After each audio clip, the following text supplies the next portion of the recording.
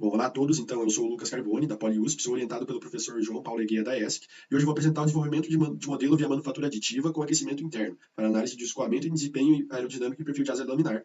Nossa inscrição é a 4057. Bom, então o problema motivador é o cenário no qual a cada 15 anos o setor de transporte aéreo dobra, contudo, mesmo com todos esses avanços, a gente ainda representa 2,5% da emissão global de dióxido de carbono. Então, essa emissão tem relação direta com a eficiência energética de uma aeronave. Naturalmente, quanto menor o arrasto, menor o consumo e, consequentemente, menor a emissão. Dentro do arrasto de uma aeronave, que o atrito de fricção, que é o que se dá entre o contato do fluido com a superfície, representa até 48% do arrasto total. Então é aí em cima que a gente quer incidir com a nossa pesquisa. Então essa parcela do atrito emerge da interação do fluido com a superfície do corpo, porque o fluido tem uma viscosidade. Isso faz com que uma força seja exercida para trás, no sentido contrário do movimento. Essa força ocorre numa camada muito fina que se chama camada limite, que é onde ocorre a variação na velocidade do fluido. Né? A tensão de cisalhamento, que vai se distribuir nessa área, vai fazer da área da asa, por essa fórmula aqui. Por ela, a gente observa a viscosidade, os efeitos viscosos aqui envolvidos na constante, mas a gente observa que quanto maior a taxa de variação da velocidade da camada limite, maior a tensão de cisalhamento.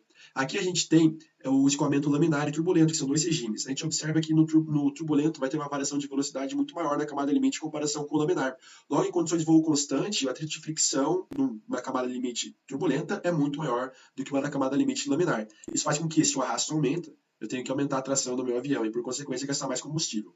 Como é que a gente evita essa transição? Tem várias maneiras, mas uma das coisas mais importantes são as irregularidades geométricas, as rugosidades na asa. Então, a gente vai objetivar estudar essas rugosidades. A gente vai imprimir um modelo e a gente vai colocar rugosidades de diferentes tamanhos sobre esse modelo e vai fazer os testes com imageamento por infravermelho. É justamente por ser o imageamento por infravermelho que eu vou explicar agora que a gente precisa do aquecimento. Então, o objetivo total do projeto é identificar os padrões relevantes à aerodinâmica de um modelo de asa laminar, analisar as causas dos fenômenos de transição observados e traçar os paralelos com a fabricação da asa. Contudo, aqui a gente está realizando uma apresentação parcial, que a gente conseguiu até agora só produzir um modelo que vai ser necessário em túnel de vento. Então, assim, o objetivo desse trabalho aqui, parcial, é obter um perfil com economia de material durante a impressão, que é demorada, né? E desenvolver um modelo com sistema de resistência interna que mantém o extrator só aquecido. Por quê? Porque na camada turbulenta, ela se mexe mais, tem mais convecção, e assim ela faz com que o escoamento seja mais frio naquela região.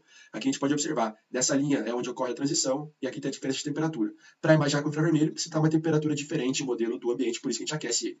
Então, passando para os métodos aqui, a gente começou com o projeto de modelo aqui, com o perfil NACA simétrico. A gente fez uma otimização topológica, que basicamente vai analisando numericamente quais são as áreas que a gente pode tirar material e manter a resistência da peça. A gente pôs o extrador e o intrador desconectados, eles são conectados por encaixe para poder pôr a eletrônica do aquecimento dentro do modelo.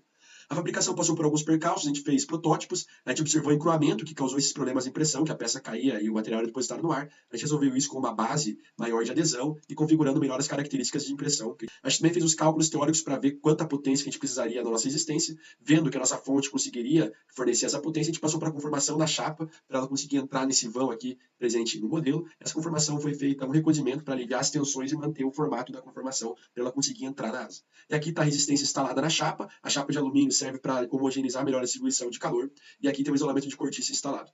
Então aqui está a eletrônica conta com o microcontrolador para fazer o controle aí da temperatura. Esse microcontrolador ele vai chavear a resistência se a temperatura está acima, ele vai desligar o aquecimento, se está abaixo, ele vai ligar dentro de uma margem para não chavear com muita frequência.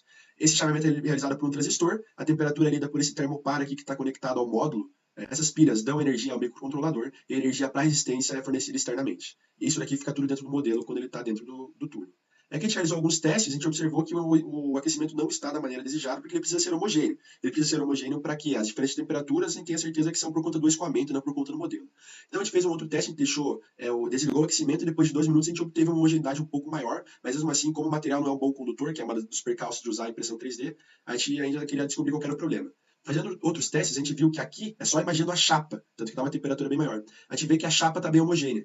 Então a gente observa que o problema está no contato entre a chapa e o modelo. A conformação não foi tão efetiva. A gente observa que as diferentes temperaturas aqui no material são maiores que as diferenças na própria chapa. Para resolver isso, a gente tem duas opções. Ou a gente vai utilizar pasta térmica no contato para aumentar o contato térmico, ou a gente vai empregar aí o aquecimento externo por via de refletores, que também tem na literatura e também serve.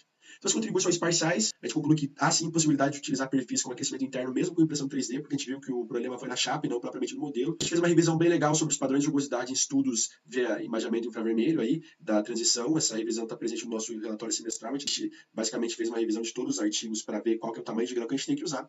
E uma proposta de eletrônica não invasiva no experimento, porque na eletrônica só saem 2 fios que vão ali conectados na fonte, mas todo o controle é feito internamente sem ter fios chegando no modelo, o que é bom para não impactar muito no escoamento. Em resumo, esse é o nosso projeto.